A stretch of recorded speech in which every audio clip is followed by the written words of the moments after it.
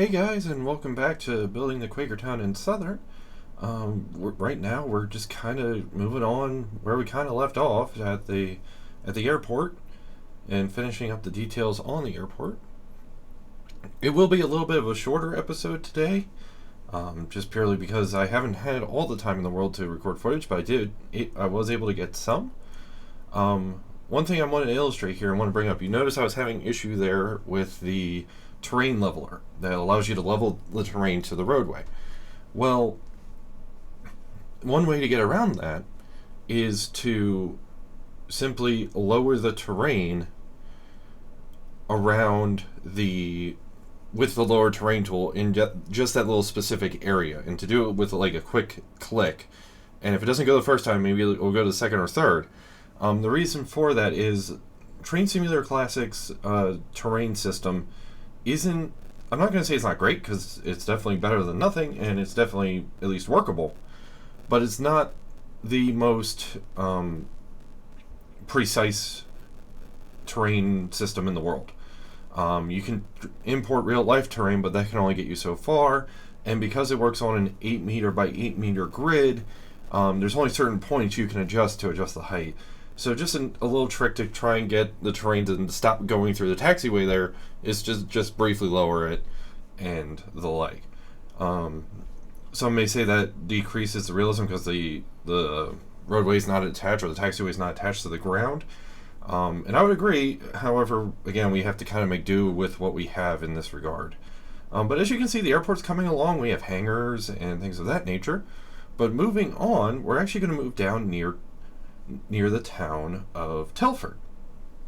And we're actually going to be at a road crossing before Telford.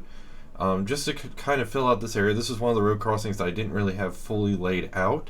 I just had it there, and it wasn't really complete with a full roadway. So we're going back in and putting that full roadway in. I'm still trying to figure out how I'm going to deal with the church parking lot. But that's going to be kind of a step for a future stage and the like. But as you can see, I'm using that terrain trick again, because sometimes the terrain leveling tool, the snap to roadway tool, doesn't always get the result we want. But as you can see, I can kind of get a similar result just by forcing the terrain at that point to go down, and you see me doing the same thing right here. Now, I will say one downside with this trick is sometimes it forces it to go down too far, so you just kind of have to be aware of that. But speaking of Telford, we're actually now in Telford itself and filling out the road that connects, that goes past the station and kind of connects the main crossing in town to one of the secondary crossings in town. And I've just been kind of doing random projects around the route in order to help kind of fill this all out. Sorry, that was me, not you. But I've been just kind of trying to do these random projects, just trying to fill in detail where I can and at my own pace. And that's another recommendation I can really make, is go at your own pace, do what you're able to do or feel you're able to do, and don't try and force something if it's just not kind of working at that point. You can always go back and try it again later. One issue I find with myself, at least, is that sometimes I try to get too focused on an area and finishing one area, and that can actually hinder your progress in a different area. So don't be afraid to kind of go back and try just working on something else for a little bit to kind of refresh your mind and keep your mind off of things if things are starting to get frustrating. And I'll be the first one to tell you, route building in Train Sim can be one of the most frustrating things you will ever do. And I know that sounds like a complete first world problem, but if you're taking up Train Simulator route building, you'll kind of very quickly understand what I mean, because you expect it to do one thing and it doesn't. It only ends up doing something else. So it's just something you got to get used to, and got something you have to work around. So just be aware of that. But moving on to the last little segment here, we actually have a bit of a surprise, a bit of an addition. Up at Quakertown, I have added the railroad's restoration shop. Now, the actual real-life plan for the railroad does call for this. However, it's not a firm thing due to various land and likely permitting restrictions and things of that nature. So we have to keep that in mind. However, I am adding it because in the ideal version of this railroad, it's there. So you notice we kind of have the deadline.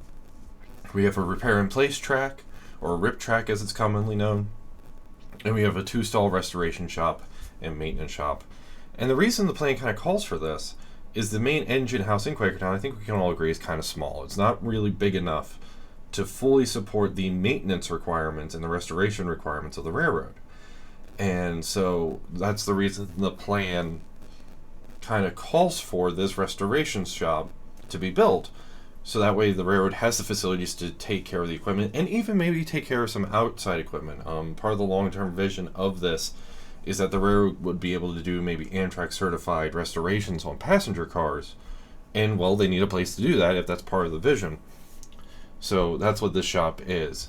And this is just kind of a picture of me filling it in, showing it off a little bit. There's actually a lot more detail in this shop at the moment because, as per usual, this update, including everything you've seen in this video, is live on Steam Workshop as we speak.